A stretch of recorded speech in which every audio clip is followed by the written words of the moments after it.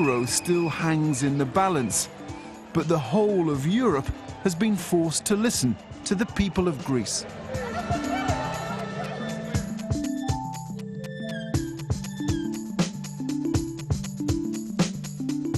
After 5 generations of farming, the Williams family have lost their home and land and lay the blame on a moneylender.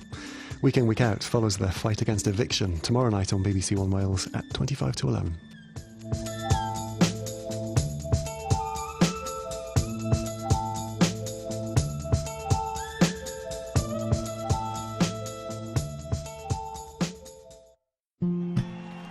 Summer's the perfect season to sample some great live music. And this year, the BBC Wales and Arts Council of Wales Horizons project is supporting a new crop of Welsh talent at events and festivals across Wales and beyond. Whether you're into folk, pop, rock, electronica, soul, punk, or the undefinable, be sure to find music you'll love.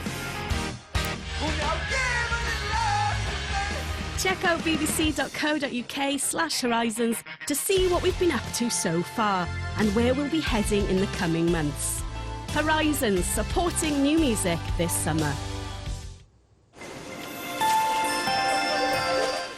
After winning the role of a lifetime and at the height of her stage success, Connie Fisher was told she might never be able to sing again as her singing voice was failing. Now on BBC One Wales, we follow her emotional struggle to try to get it back.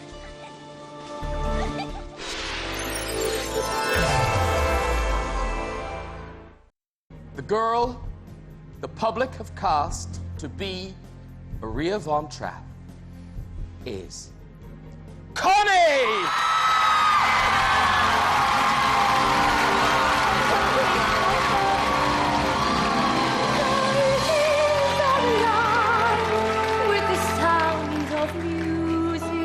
In 2006, I was fortunate enough to win Andrew Lloyd Webber's first reality TV show to find an undiscovered performer to play the part of Maria in The Sound of Music. Performing over 1,000 shows, I starred in the West End and toured the production nationally over the course of 5 years.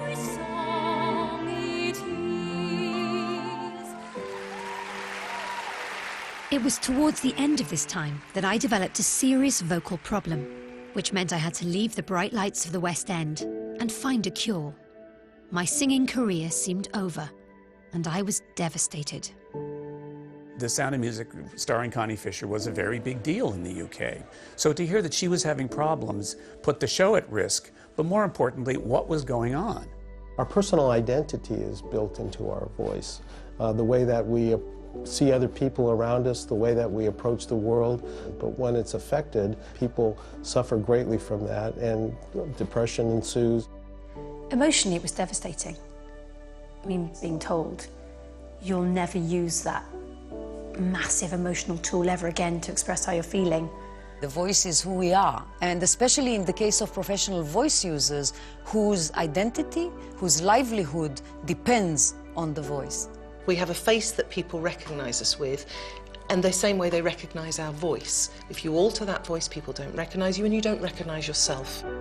Such was the extent of my condition. The surgeons at Harley Street refused to operate on me, and I was referred to the Voice Centre in Boston for 2 throat operations by leading specialist Dr. Stephen Zeitels. Dr. Zeitels is credited for operating on some of the world's most famous voices. But after 3 operations, he couldn't save mine. I did have to tell Connie that she might not sing again because I couldn't guarantee the future. Furthermore, the degree of the deficit was quite profound. I started to realize that I'd never hit the high notes again, so I embarked on a new career as a TV presenter. But the heartache of such an abrupt end to my singing career has stayed with me ever since. This story is about a glimmer of hope brought to me by one man who says he can save my voice. I'm a massive believer in fate. I believe it was fate that I was listening to Front Row on Radio 4 when I heard that Lloyd Webber was looking for a girl to play Maria. I believe it was fate, probably, that I lost my voice. I believe it was fate that I met Gary Catona. Could I ever sing again? By now, I think I need a miracle. Every time I tell you this, you don't listen. He doesn't understand how hard it is. to make these stupid sounds. That's two wings.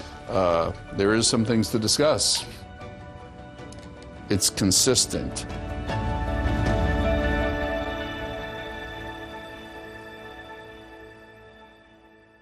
Much in the same way that when the doctor told me, you'll never sing again, I thought, this can't be real, this can't be happening, this can't be true. In a more positive light, I felt that same moment when I heard about Gary Catona. I was in a club in London, and this guy started talking about Gary Catona and how he'd helped Whitney Houston, Muhammad Ali, and how people with vocal problems had gone to this Gary Catona. I thought, is he married to Kerry? You know, who is Gary Catona? I tracked Gary down online, and it just so happened he was in London for 24 hours. I dropped everything and took my one chance to see him. After 3 vocal operations, after being told he will never sing again, it terrifies me to think that there might be hope, because in my head, that wasn't possible.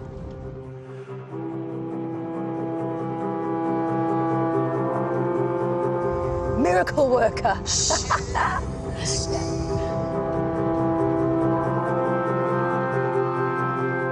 I understand you met Whitney Houston back in 2004 and began working with her. What kind of a shape was her voice in back then? She had about 1 audible tone in her lower register. I was horrified. I got her voice back probably 75% by the time she did her record. Well, now we have the man who helped the star get his voice back. There's a man called Gary Catona who I trust with my life. His other students have ranged from Liza Minnelli and the lead singer of Limp Bizkit to Tony Bennett and operatic tenor Andrea Bocelli. It's amazing, actually, that Andrea has credited him. You know, that's quite big, isn't it? You must know him, at least. Sorry, but some of these photos look like he's just stalked them at a dinner and gone, hey, Andrea, have a photo with me. I think all my family have encouraged me to just give it a shot. And if you think he's Mystic Meg, then don't go again. And if you think he can help you, what have you got to lose? Hi. Hi. I'm Connie. Connie, Gary, nice to see you. Nice to meet you. Wow, I've heard so much about you. Well, that's good. I hope it's all good. Oh, it is all good. It's probably too good, actually. So, Connie, what's going on? Well, 4 years ago, I started having vocal problems. And then, like what, for example? Well, I was a top soprano, so I used to hit really high notes. Okay. And a creak started coming in. And slowly my range just kept coming down, down, down, down, down, where I just couldn't hit it. My chords just wouldn't come together to hit the notes. And I've got to a stage in my life now that actually I want to be able to sing Happy Birthday. And how ridiculous that I can't. And I hate it when singing around. If you were to try to sing Happy Birthday, how would it sound? You should have made me. Let's hear it. In what key? One that would suit me now, or? Don't give excuses. Just do it. Okay. Happy birthday to you. Happy birthday to you. Happy birthday. Happy birthday, dear Gary. Happy birthday to you. I hear it. Got it. The problem is muscular. I think that your voice could be dramatically improved within just a few months. It's hard to believe, isn't it? Yeah. Let's do an exercise together. Let's try it. All I want you to do on the oo vowel, think of the word oo. Look at Adam's apple. Ooh. See a drop? Yeah. Watch. Ooh.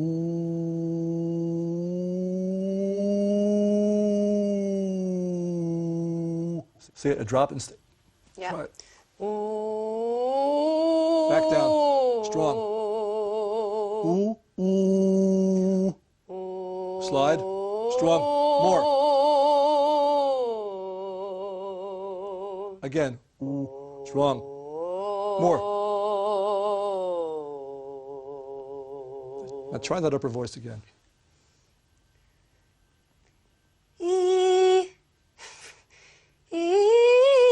That's a bit weird. That's a bit weird. Freaking me out. Freaking me out. Told you. Ooh. Sort of weird. Yeah, but you can't. That's weird. That's sort of weird. Does that last? When's the last time you heard your upper register like that? Oh, 2.5, 3 years ago. Which, when you're a singer, to not hear your own voice, it's quite emotional to hear it again. Right. Wow. Wow, wow, wow. That was just, I don't know, it was bizarre, wasn't it? Happy birthday to you. I've been a bit cynical, and I think, actually, he could help me. Happy birthday, dear Gary. Happy birthday to you. Hip, hip. I first heard Connie sing at Andrew Lloyd Webber's Sydmonton Festival, where the top 20 finalists of the program, the How Do You Solve a Problem Like Maria program, performed. By intermission, it was very clear to me who should win, who would win. And I came back to New York and told my colleagues, well, we can all watch the program, but I know who's the one who's going to win. To sing through the night like a lark who is learning to play.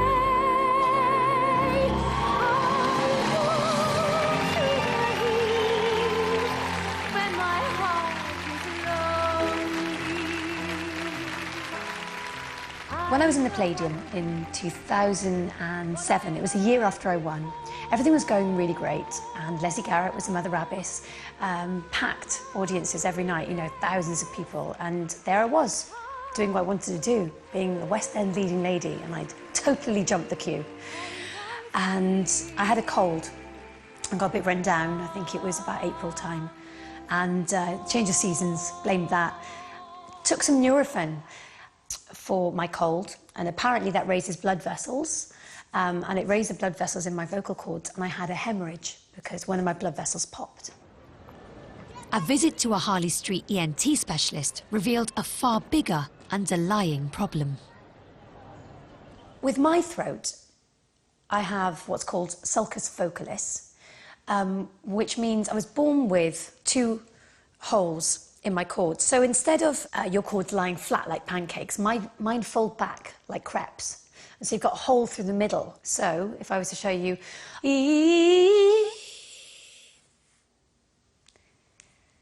Hills aren't alive now, are they? It was astonishing to me what she had done with her voice. I was actually sort of, how could this be, given what she has for anatomy? And you might think of this as a runner that somehow or another they had a congenital deficit and part of their thigh muscle was missing. And yet they somehow were a world-class sprinter. Singing 8 shows a week alongside a grueling publicity schedule was starting to take its toll. One of the things about Connie is because she was cast by the public and they felt that she was their girl, she felt an obligation to show up every performance. And I wonder, in retrospect, whether that wasn't part of the problem, and whether if she had been given some time off or been given 2 performances a week off, as other people are in the theater, whether the problems that she ended up having with her voice would actually have happened or would have happened quite so seriously. You want to come to LA? Yeah, I thought so. You want to get my suitcase? Yeah, good girl. Bye, Maxie. Bye. Since meeting Gary in London, I couldn't stop thinking about what he'd achieved with my voice in such a short space of time. I decided to put my scepticism to one side and booked myself in for an intensive course of lessons. I'm packing for LA, I have no idea what to take. And I thought I'd download Gary's app because he's been on about it for ages.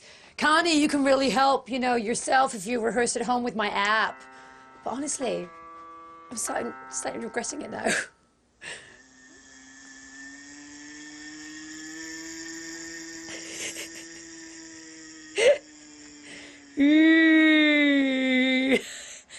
You know, it feels like a bit of a wind-up. I bought into this, you know, until now. And I've looked at his app and I just feel like, is he having a laugh? It's just, it looks manic. And, you know, my voice means everything to me. I don't want it to be just something crazed and, you know, I want it to be credible, this journey. So I slightly regret having a look at that because it's made me start to doubt him a little bit.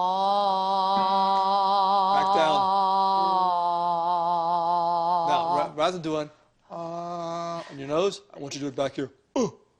Oh, do it. Go. Oh, okay. Again, big breath, full voice in the back. Slide.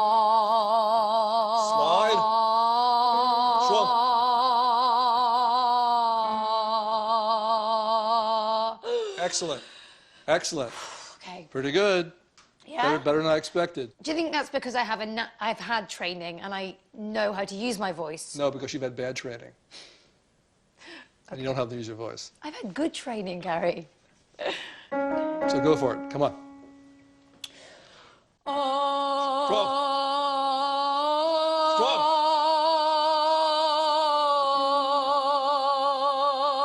More slowly, don't jump. It's just I haven't sung in such a long time.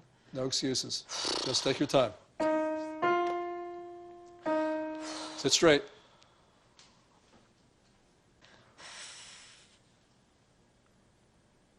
Give me a second. Okay. Hold on, just relax there. Hold on. How's that make you feel? I haven't heard myself in a while, and actually hearing some sort of sound out of my mouth that sounds, okay, ugly, but vaguely musical, it's quite upsetting. I walked into his bedroom where he gives singing lessons, surrounded by dogs, and I'm thinking, this is unconventional. But somehow he's done it, you know? Somehow he has released something which I cannot do myself. And that's incredible.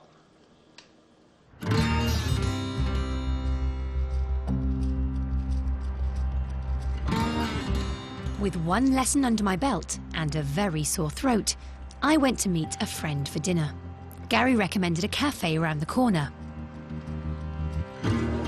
He's actually got a pizza named after him, Pizza Catona. So I can't wait to try that. Hope it's got no calories in it. This is LA. Thanks for your patience. Here we go. There it is. That's... Wow, the Pizza Catona. I hope it'll make me sing better. I only had 4 days with Gary, so I knew this would be a crash course. But on day 2, Gary was already pushing me to hit top notes I haven't been able to sing in years. Okay, stay here. Put your fist on your chin. I don't think I could do this one. You can. My body physically adjusts itself to do this for some reason. Okay, well, hold it down.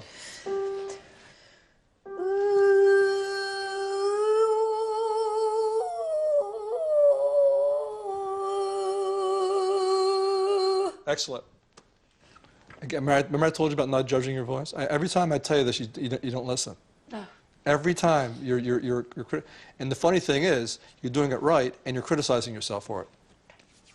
See, you keep on saying okay, but you don't change your mentality. No, but I've been. Don't get emotional about this. Go ahead, do it. Twice.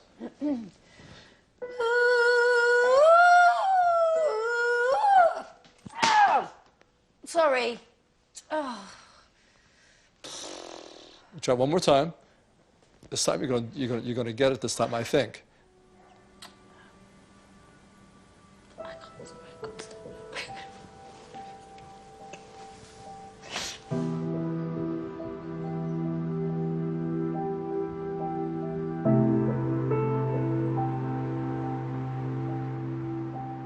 I feel like he's almost accusing me of not trying, maybe, and I'm the one holding myself back, but he doesn't understand what I've been through. He doesn't understand how hard it is to make these stupid sounds.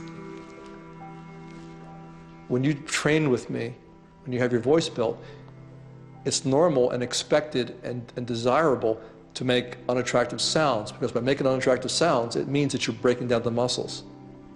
When she hears it, she has an emotional response to it, and she says, oh my God, it sounds so ugly. And by doing that, it actually stops me from building her voice. It's funny because Gary's lessons are only 15 minutes long, so that gives me another 23 hours to wait before the next one. And what else am I going to do in LA but sit in the sun and read a book? So I picked up Shirley MacLaine's book, Dance While You Can, to see what she says about Gary. And actually, it turns out she's dedicated 5 whole pages to Gary. But it's quite amazing because she's gone through the same thought processes I have. She says, whenever I commit to something, I do it completely, sometimes embarrassingly so. That's me. During the first few lessons, I gagged, threw up, spit, hacked, coughed, and sputtered. I carried a large bowl and a box of Kleenex with me to every lesson. What she says about him really resonates with me. He's a voice builder, not a voice teacher. And I just hope that he can help me build my voice back. So I can't wait till tomorrow now. Thanks, Shirley. I'm late for my lesson 3. Really husky today. As you can hear, I sound like Scooby-Doo. So I don't know if it's working, if I'm honest. We'll see. Yeah, all right. Hello, babies. Hello. After reading Shirley's book, I was determined to think positively and embrace the ugly sounds Gary's exercises were forcing me to make. What I wasn't expecting was for my voice to suddenly stop being ugly.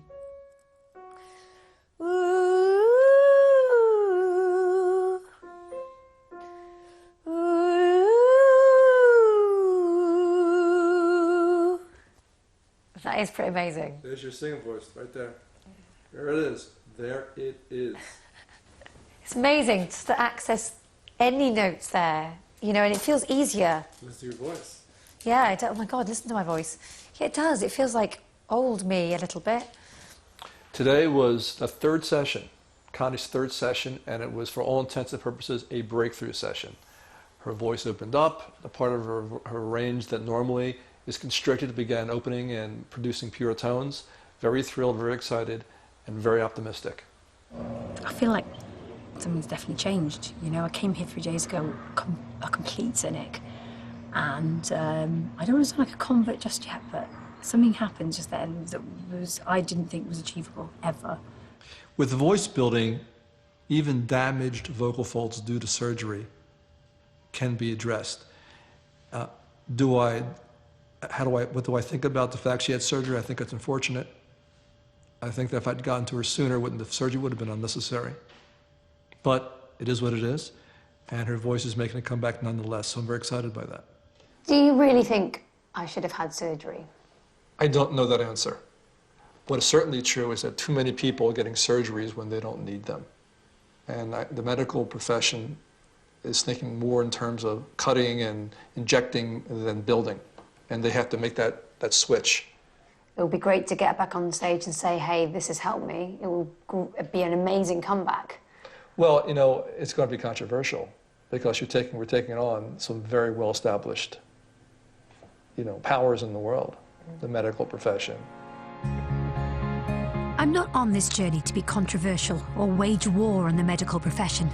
I have a debt of gratitude to Dr. Seitels for doing everything he could for me, but I just want to sing again. And I was making progress. I was excited to see what Gary had planned for my last lesson in LA. How are you? Good, thank you.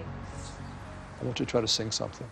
Oh. So just try. It doesn't matter how it sounds, just see how it feels. We have a comparison. Okay, what shall I sing? Shall I sing something I used to sing? Yeah, why not? Can you turn the other way? Can everyone turn around? Go ahead. Looking out on the pouring rain, I used to feel so uninspired. And when I knew I had to face another day, Lord, I felt so tired. Before the day I met you, life was so unkind. Your love was key to my peace of mind. And you make me feel, you make me feel, you like a natural woman. Oh. Here's my soul a little bit. That was pretty good, Connie. Oh. It was a relatively normal sounding voice. Yeah. And how emotional it is? Yeah, it's really emotional. It's nice to sing again. Oh, I feel a bit guilty, to be honest, for being so sceptical the whole time. Just to get anything vaguely musical out of my mouth just feels like, okay, A, exposing, B, extraordinary. And I don't want to leave now. Not just because I'm in LA. Just don't want to leave. It just has helped me so much. And I've got to do it on my own, which is the hardest discipline. I just can't wait, maybe to get back on stage, you know, come this far. And just hope he can take me all the way. I need to work on my voice and my confidence, I think. But it's a start.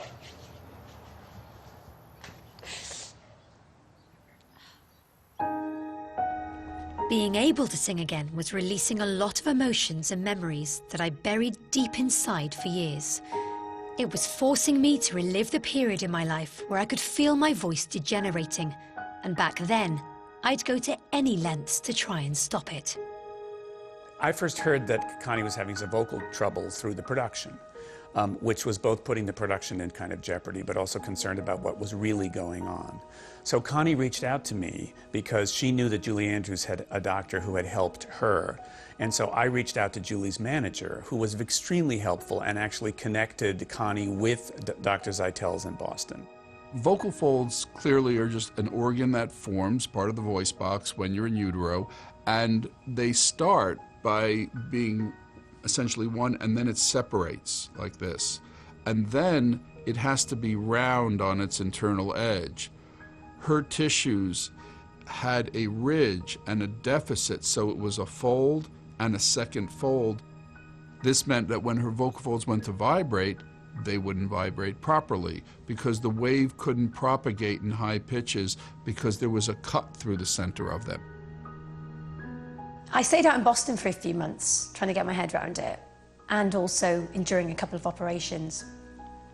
And that was a pretty dark time.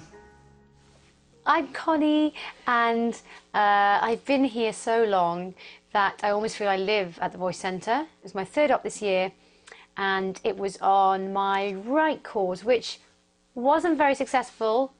If singers are engaged to sing, whether it be in a musical or an opera or a recital or a cabaret act, the instinct is, I'll do anything to get there. I got cast in The Sound of Music in the national tour, and I knew that Connie was playing Maria, reprising the role, and I didn't really know what to expect on day one. And I came in, and I was quite shocked to hear how good her voice sounded. Of course, what I didn't know then, which I know now, is she was on toxic amounts of steroids to bring the swelling and her chords down. The medication had complete adverse effects with me. I got really quite bloated. I became very dark in my thoughts, and I wasn't myself. In fact, people used to note that I didn't look like myself. The audience used to rustle through their programs saying, "Where's Connie? Where's Connie?" How embarrassing. I can hear you, and I'm here. And I just wanted to say, look, I'm here. Can't you see it's me? And inside, you know, it was really harsh. The struggle was not worth the payoff for Connie. What it took her to get on stage every night, it was just too much. I will confess that I wanted the best for Connie more than I wanted the best for The Sound of Music. The Sound of Music was more resilient at that point than Connie was. And because I had grown to like her and care for her, I wanted the best for her, whatever that was. And so as far as I was concerned, let her heal, let her, you know, get better and figure out what the rest of her life was going to be like, and let The Sound of Music play out its time, and you know, we can all get on with it. When I returned from LA, I followed Gary's instructions religiously. I practiced with his app every day, but without Gary there, I was losing confidence in my voice and his methods. It's hard to do it on your own. It's really hard. I know I believe in him. I do believe in him. It's just the most insane thing ever. Like, I'll sing scales, I'll sing arpeggios. I don't know why I'm finding this so difficult and so uncredible. It also didn't help that my Skype lessons with Gary were proving to be next to useless. You know, the quality isn't great. I'm going, what? Sorry? I'm raising my voice, and maybe I'm pushing it. Maybe I'm doing some damage. I don't know. It aches like anything.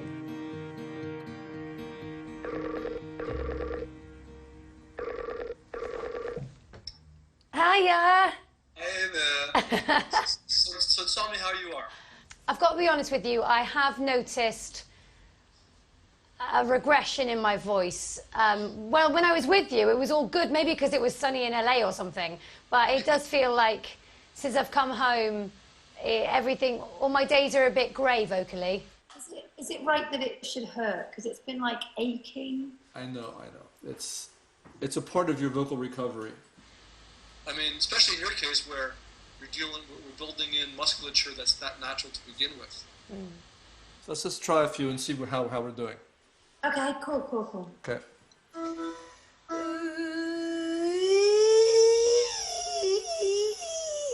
Shit.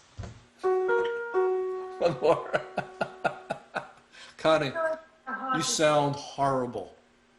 I know, why do I sound Just horrible? really, really bad. I don't know why I'm doing this. I'm sat in my place of work, shouting wailing like a banshee. I'm not getting anywhere. You know, I've had 8 sessions with him, and I just feel like it's not getting anywhere. It still sounds worse than Marge Simpson, and my speaking voice, I feel like he's completely wrecked it. You know, he can wreck his own voice, don't wreck mine. I was on the brink of giving up completely when Gary invited me over for some more lessons. I was desperate to recapture the feeling of progress I'd had during my first trip to LA. Hi! How you doing, love? How are you? Did you miss me? Did I miss you? What do you think? Of course. I miss all that hot sauce. Come in. You look great. Thank you. But Gary's bookcase certainly wasn't helping my confidence.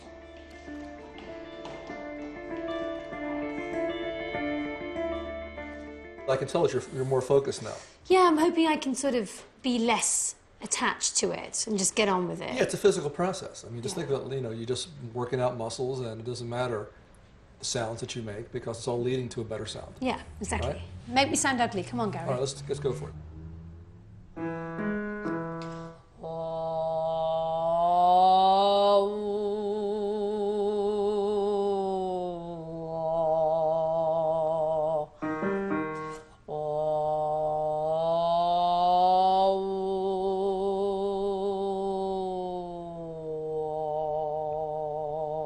Speak. How does that feel?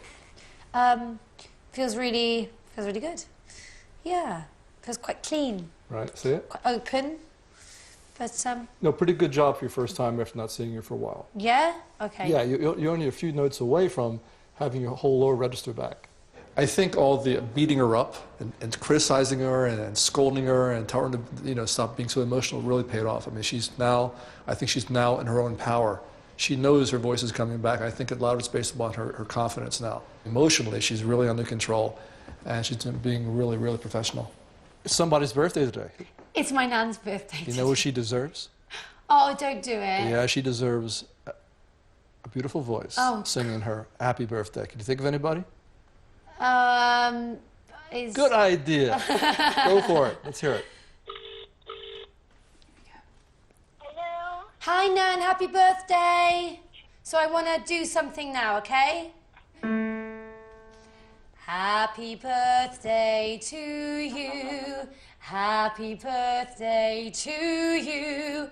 Happy birthday, dear Nana Dot. Happy birthday to you.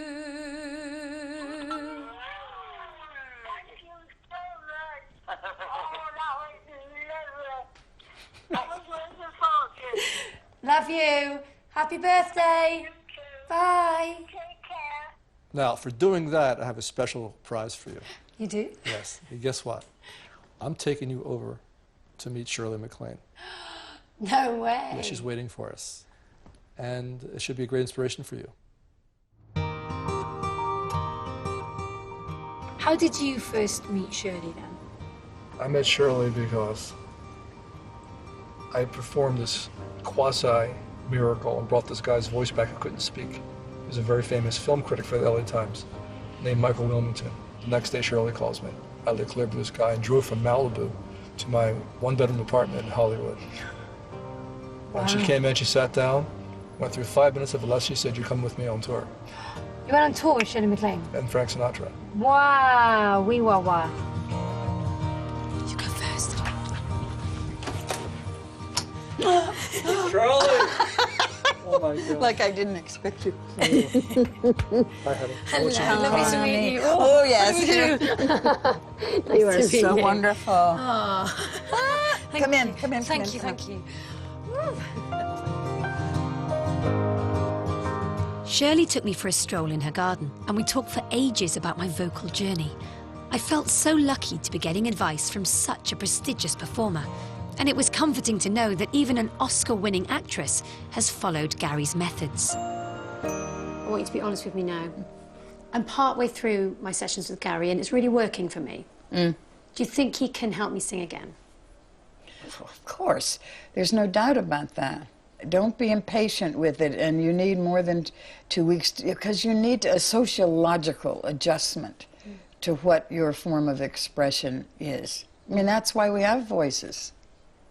I have noticed, though, since I started at 18, it was very much higher, and I was like this little pixie girl who was being adorable and all that, and then the older I got, it went lower and lower and lower, because I let my voice go to where I was. See, the older I get, maybe I should just go with that lower tone and just stop trying to be the high soprano and just go with the mezzo that Gary thinks that I am. Oh, if he thinks it, I would go there. They can do Maria as mezzo, can't they? I'm sure they can, Shirley. If Well. you say they can. Well, sing something. Okay. Turn down the lights, turn down the bed, turn down these voices inside my head. Now, do it again. Okay. To me. I can't, I'm going to cry. Yes, okay. Do it like you're pleading with me. Okay, I can act with you. Yes. Okay. And it doesn't matter what you sound like. Okay. 'Cause I can make you love me if you don't. I can make your heart feel something that it won't.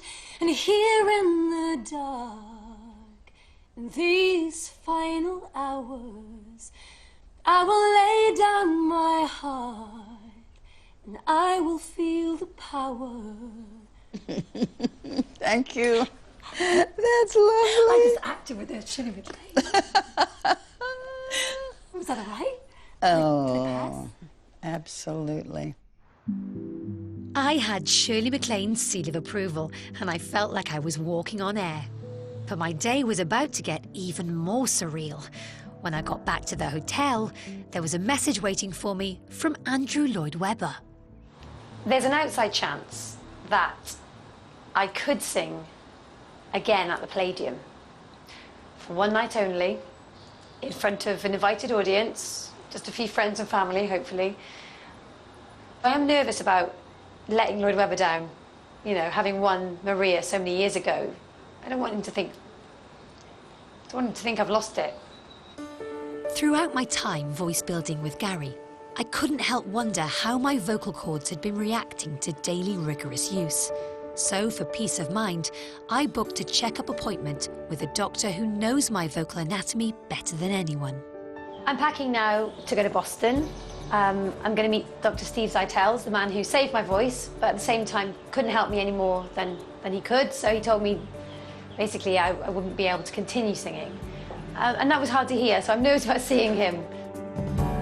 Dr. Stephen Zeitels is a world-leading authority in surgical innovation and voice procedures. He's credited for operating on some of the most famous voices in the world. Seeing as it's a vocal performance, I need to thank my doctors, I suppose, who brought my voice back. So Stephen Zeitels, thank you very much. Thank you, Steve, for giving my voice back. What more can I say? When I was looking at this man, Stephen, and I said, "Do you know what you're doing?"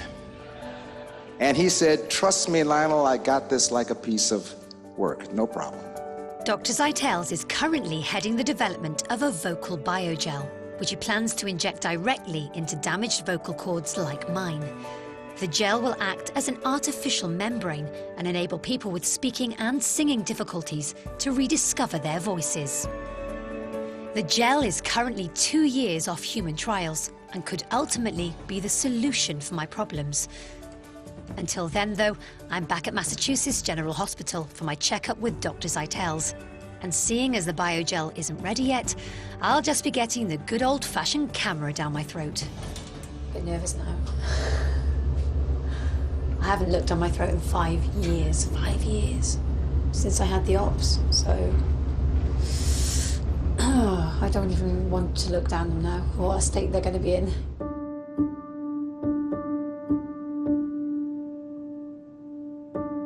This is the room where Dr. Zeitels had to tell me the bad news.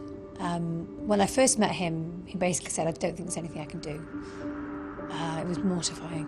And just to be, you know, here, receiving that news, so far from home, it was really like the worst moment in my life. So I hate this room. Hate it.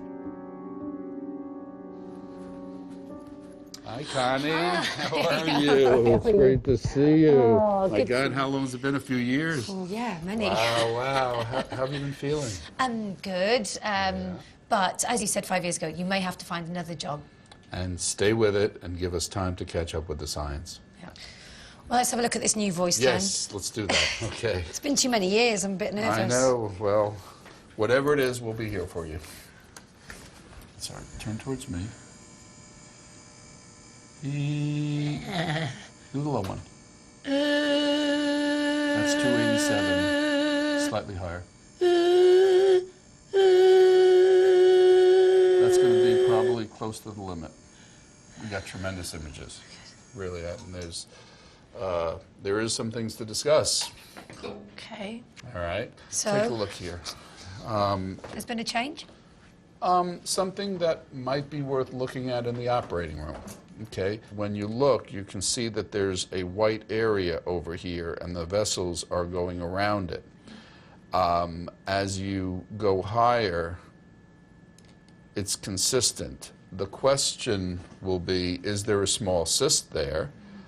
And if so, removing it, would it improve things or not? And the only place to determine that would actually be under a microscope with anesthesia. And then there's another part to it. Even if there is a cyst, that doesn't guarantee that removing it makes you better. So that's why it's a sort of a mixed thing. And again, I'm not trying to give you false hope or I'm here to tell you what I see. Half the battle with my operations was that I spent all the money that I earned playing Maria on being Maria. Yeah. And I can't really afford another operation. Steve has removed cysts from vocal cords many times. It's a procedure he's very familiar with, and the patient's voices have dramatically improved. So Steve wanted to take a closer look at my suspected cyst. He took me for an examination with a high-speed camera to see exactly how my vocal cords were responding to this new mass. You got one more. That's it. Go ahead. Okay, beautiful. We don't need to do anything else. No, we're good. Do you notice that it seems to be vibrating around that area? In fact, I don't think we could get a better image than that. Yeah. Here's your voice turning on. Wow, that's incredible. Now watch what's happening. Now it engages. And notice it's dancing around in the back, in the front, and nothing's going through that spot. And so even training... These are just... No, it can't make that disappear. I'm sure there are trainers who think they're capable of doing these things. They've never seen this in their lives. What do you advise me to do for the future? Well, I think we have to process all of this information so that we can make a really, really thoughtful decision about next steps, also in preparation for, you know, where we're going to be with the scientific development of the biogel. It's exciting. We're very excited, and you need to remain optimistic and hopeful, because I don't think I can retire till I watch you on stage again. And I don't have forever. Neither do I, Steve. Hurry up. I'm a bit sad for Gary because he's given me so much of his time, and he's been working with vocal folds which he felt he could work with. And looking at the setup of it, with a great lump, it looks like a lump, or a stiffness, it's not possible to sing around that. You know, what Steve said is true. I can sing low, and Gary's helped me to build that, certainly. And the chords look nice, apart from that. Big fat lump in the middle, but I can't sing around a big fat lump. If you are a surgeon, what do? You cut people. If you're a regular doctor who deals with the voice, what do? You give injections. That's what they're designed to do. Beyond that, they don't do very much. And they do more, and many times they do more harm than good. They're, in a sense, using another strategy to get better control of the surface, but the surface isn't changing. So in other words, they are potentially making her better, because it's even enhancing her brain, nerve, muscle skill. But all of that isn't going to alter what's occurred at the surface, which is essentially a deficit. I left Boston feeling completely confused. I felt trapped in the middle of a war of science versus scales. I know in my heart of hearts I won't be a professional singer again, but I feel I owe it to everyone who's helped me on this journey to sing one more time and close this chapter of my life. But can I? Will the work that I've done with Gary be enough to overcome this physical problem? Will my voice hold out for one final performance? Can I sing once more? This whole journey has been a realisation of what I have got, and you just got to make the best of it. And if I can sing once more in a place that means so much to me, oh, it'll be something to remember from this journey.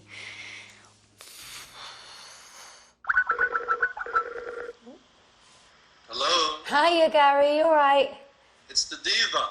How we doing? I'm all right. Well, yeah, I haven't seen you in ages, but things have been I'm sorry, things have been pretty quiet my end. Boston was really hard, you know, and I just needed a couple of days to think. But Lloyd Webber gave me a tinkle, and he called me and said, do I want to sing at the Palladium? Really? Yeah. You know what? What? I need to be there for that. Oh my God. It's a long way, you know. I know. It's a very long way. But you've come a long way. So it's the perfect metaphor. I love moments of truth, and this is a big one.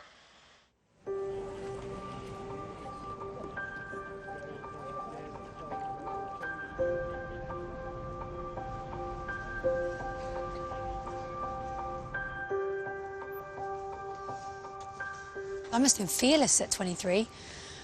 At 30, almost 32, I'm feeling a little bit more nervous. It's funny, isn't it? I just haven't sung for 3 years, and to think that I'm going to sing tonight is, scary. This venue's amazing. Lots of old stories, lots of old memories come flooding back. I've forgotten how big it was.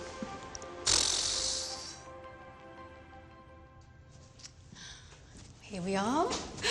Here's my dressing room. This was Gracie Fields' dressing room, but they've changed the name and they've changed the door, it seems.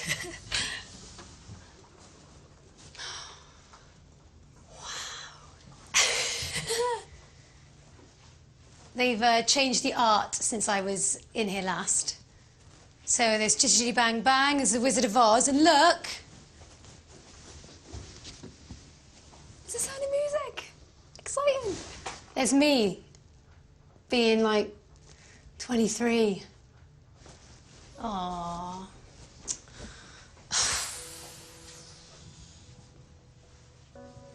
It's mad, isn't it?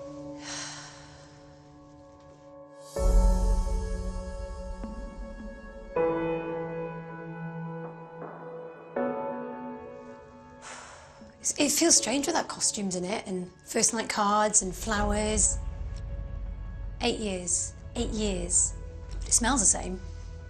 Maybe it hasn't been cleaned.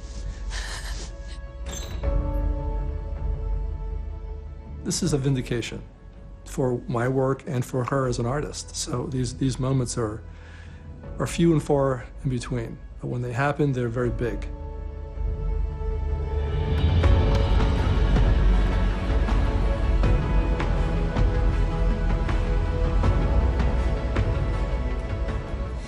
I don't think I'll ever be ready for this. I'm not trying to prove anything either, and yet I am trying to prove it to myself. Not to them. I'm just glad they can share this with me.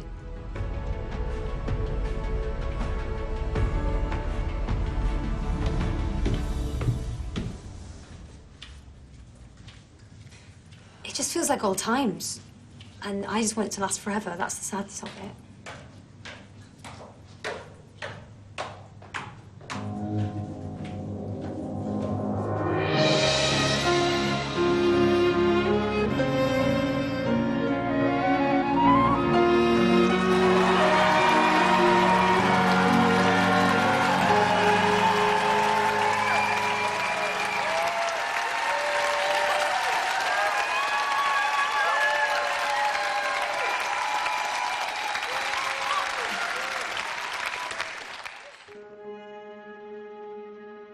My day in the hills has come to an end, I know.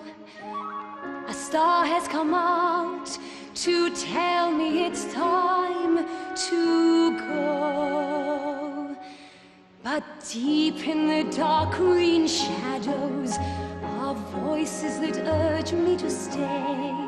So I pause and I wait and I listen for one more sound, for one more lovely thing that the hills might say.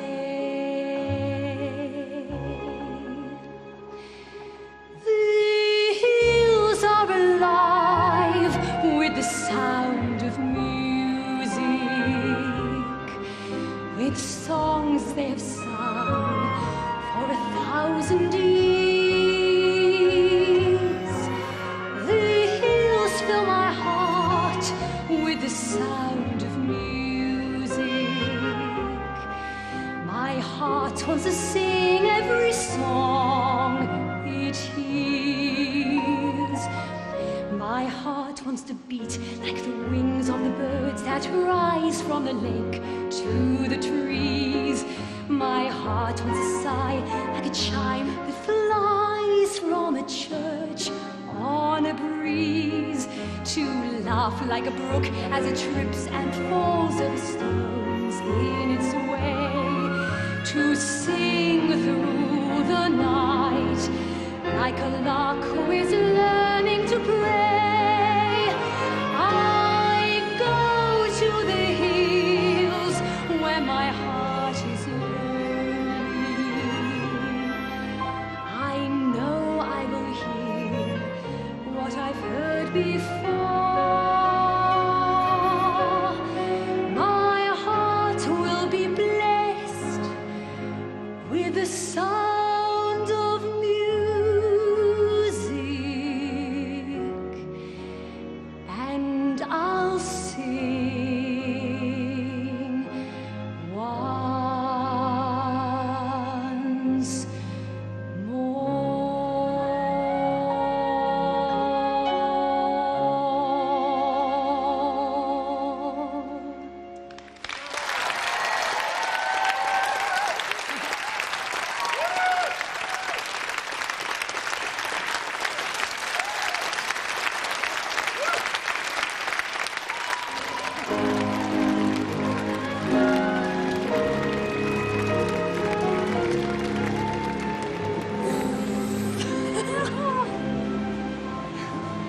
That was so awesome.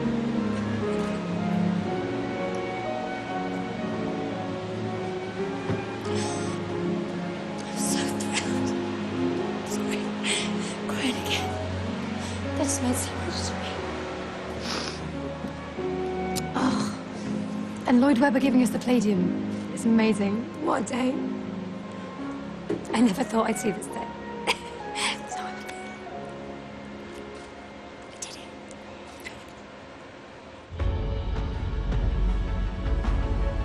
And you can see the whole of Connie's concert at the Palladium on BBC Two Wales in a couple of minutes.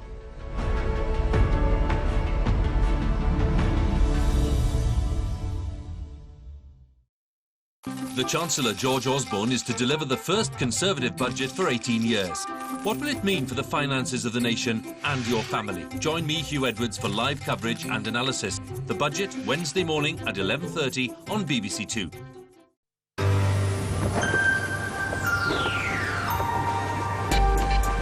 The 10 o'clock news now on BBC One Wales with Hugh Edwards and Jamie Owen. Tonight at 10, the mounting pressure on Greece from the European Central Bank. Cash machines will run out of money by Wednesday night unless a bailout deal is agreed. In Paris, Chancellor Merkel and President Hollande consider their next move as the UK prepares for a possible Greek exit from the euro. The situation risks going from bad to worse. Britain will be affected the longer the Greek crisis lasts and the worse it gets. There is no easy way out. And we'll have the latest from Athens, where there's a new finance minister in place to try to broker a deal. Also tonight, the BBC is to pay for the TV licences of the over 75s as part of a new financial settlement.